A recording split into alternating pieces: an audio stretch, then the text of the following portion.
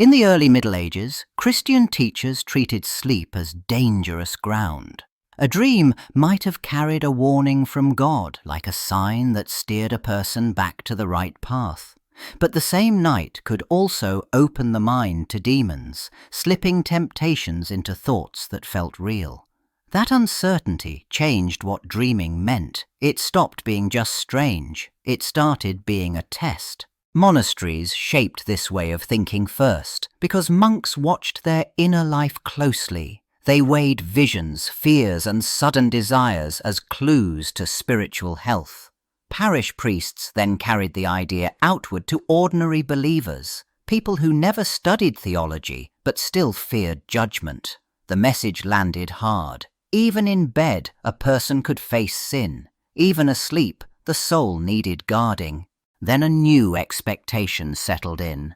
Troubling dreams were not ignored as meaningless. They were examined.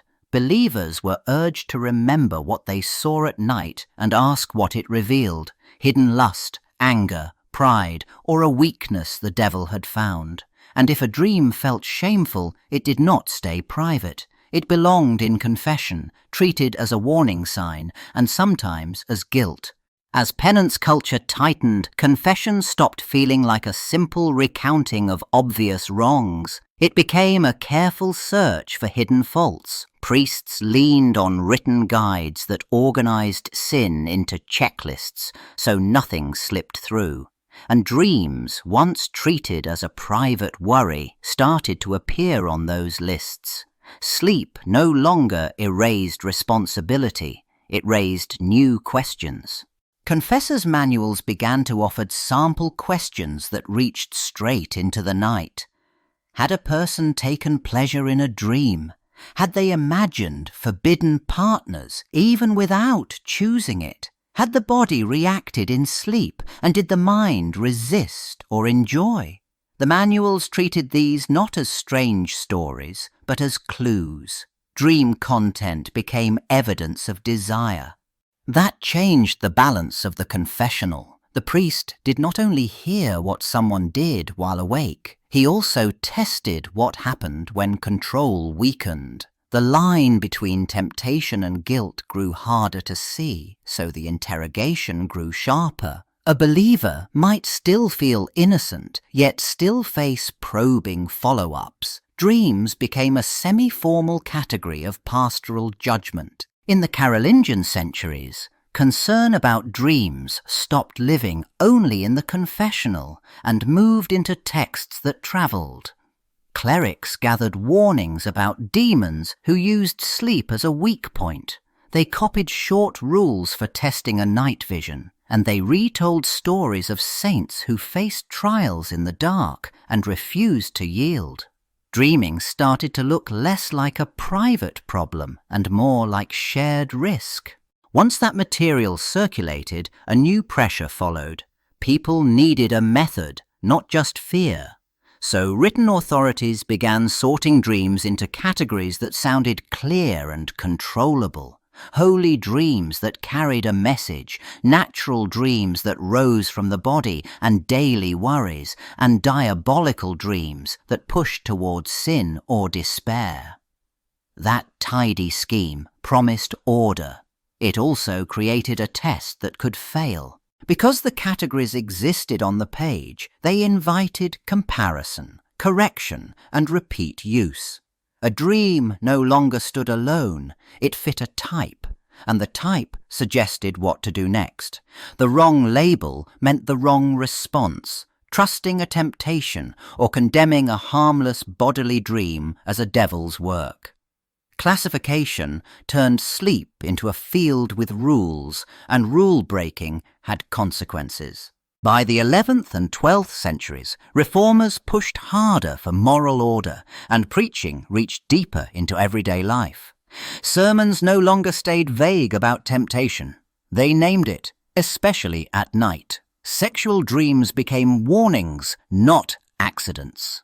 A sleeper could wake feeling stained, even without a choice made while awake. The fear spread beyond monasteries. Ordinary people heard that the bed, too, had rules. Preachers described the night as a time when sin slipped past ordinary defenses. They warned about demons that attacked in sleep, including the incubus, blamed for erotic dreams and terrifying pressure on the body. These stories carried a sharp lesson. The dream did not stay private. If the mind wandered in sleep, it revealed habits formed in daylight.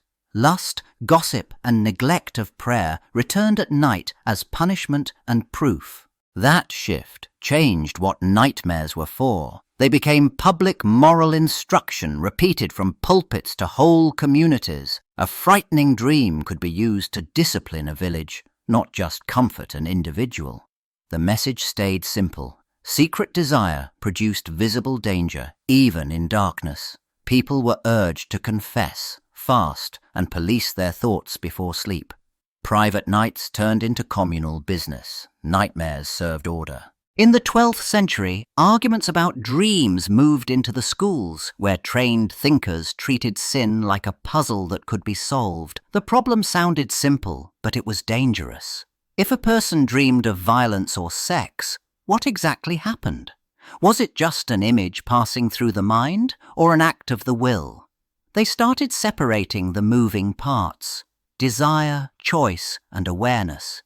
Some writers insisted that sin required consent, and consent required the person to be awake enough to know what they were doing. Others pushed back. They asked whether the will still leaned toward wrong, even when the eyes stayed shut. The imagination, they argued, did not just replay memories. It built scenes, offered temptations, and could trick the sleeper into feeling pleasure or approval. That raised a new fear. The self might betray itself.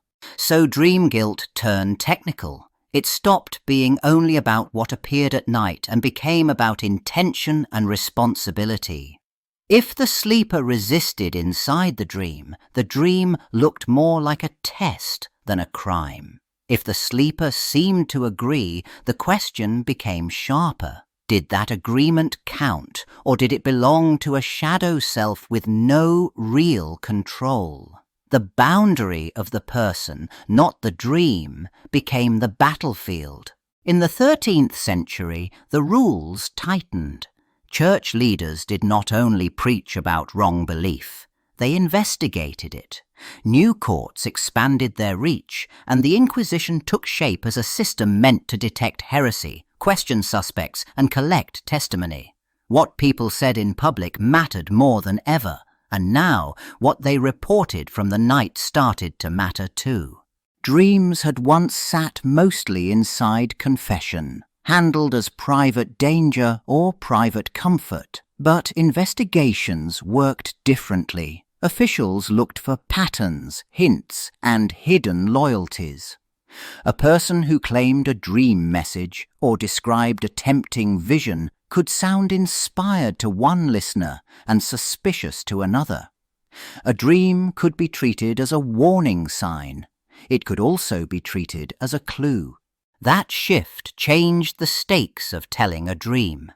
If a dream seemed to praise forbidden ideas, predict the fall of the church, or excuse disobedience, it could feed legal doubt, even without any other proof. The question stopped being only what did the sleeper feel. It became what did the dream suggest about their belief. Sleep entered the record. Later, in the 13th century, the old fear of the night took on a sharper edge. People still woke unable to move, chest crushed by a weight they could not explain. Others described being carried through the air, or pulled from bed, or forced into sex in the dark. These episodes matched what the body sometimes did in sleep. But now they also matched stories of magic, demons, and secret journeys. In the 14th century, those frightening experiences slid into a new kind of accusation. Night riding was no longer just a tale of beings that attacked sleepers. It became a claim that certain people rode out at night themselves. Erotic visions stopped sounding like private shame and started resembling evidence of a pact. What felt like an attack could be retold as consent. A nightmare could be turned into a meeting.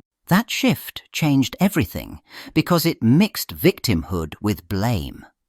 If a sleeper said a demon pressed on them, a listener could hear a confession of contact. If someone recalled flying, a judge could hear travel to a forbidden gathering. The dream did not stay a dream. It became a story with consequences, where fear, paralysis, and desire were recast as participation in crimes of the night.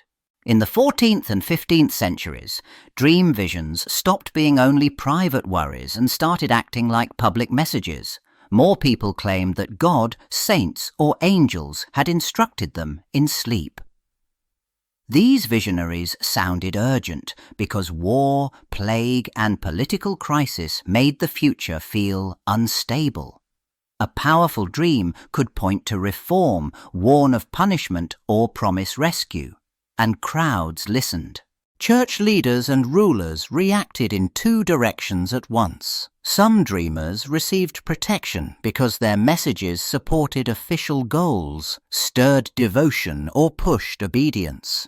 Others faced tests. Confessors questioned them, theologians checked their claims, and authorities demanded proof of humility and good teaching. The same kind of vision that inspired a movement also threatened control. Dreams became persuasion, and persuasion became danger. That danger cut both ways. A celebrated dream could lift an unknown person into sudden fame, drawing patrons, pilgrims, and attention from the powerful. But a disputed vision could turn into suspicion of pride, deception, or heresy. Once a prophecy challenged policy or doctrine, the dreamer's sleep became evidence. Investigators compared words, traced supporters, and measured orthodoxy. One night's vision could end in a trial. In the late Middle Ages, a different kind of expert spoke up. Medical writers looked at the same troubling nights and asked new questions. What had the person eaten? How had they slept? What state had the body been in? They tied dreams to humours, to digestion that ran too hot or too cold, to blood and bile thrown off balance. The nightmare stopped looking like a message. It started looking like a symptom. These explanations did not erase religion. People still feared demons, and priests still weighed sin and temptation. But a competing story now sat beside the old one. A racing heart and sweating terror could come from stress, from fever, from a stomach overloaded at night. That shift mattered. If the body produced the dream, then the sleeper looked less like an accomplice. The same event could be read as illness, not guilt. Once that door opened, the link between nightmare and crime weakened. A frightening vision no longer automatically pointed to secret pacts or hidden desires that demanded punishment. It could point to bad air, bad food, bad balance inside the body. Moral judgment still hovered, but it no longer owned the whole explanation. The dream began to slide away from the courtroom and back toward the bedside, where causes could be managed instead of prosecuted. In the end, nightmares stopped looking like evidence and started looking like symptoms. People still woke in fear, still felt trapped in their bodies, still carried images that stayed all day. But the main questions changed. Instead of asking what a dream revealed about sin or secret loyalty, modern life asked what the brain did during sleep. Terror became a problem to explain, not a fault to punish. Sleep paralysis offered the clearest contrast.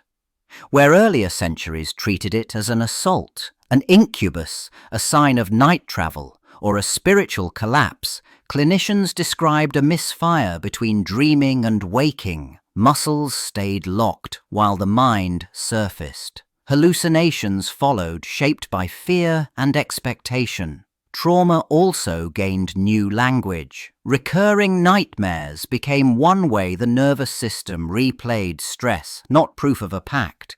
That shift changed what a bad dream threatened to do to a person. A medieval sleeper had worried that reporting it meant confession, suspicion, or a rumour that stuck like mud. Silence could feel safer than honesty. In the present, the same person more often looked for reassurance. A therapist, a doctor, a sleep clinic, a diagnosis. The nightmare still hurt. It no longer automatically accused.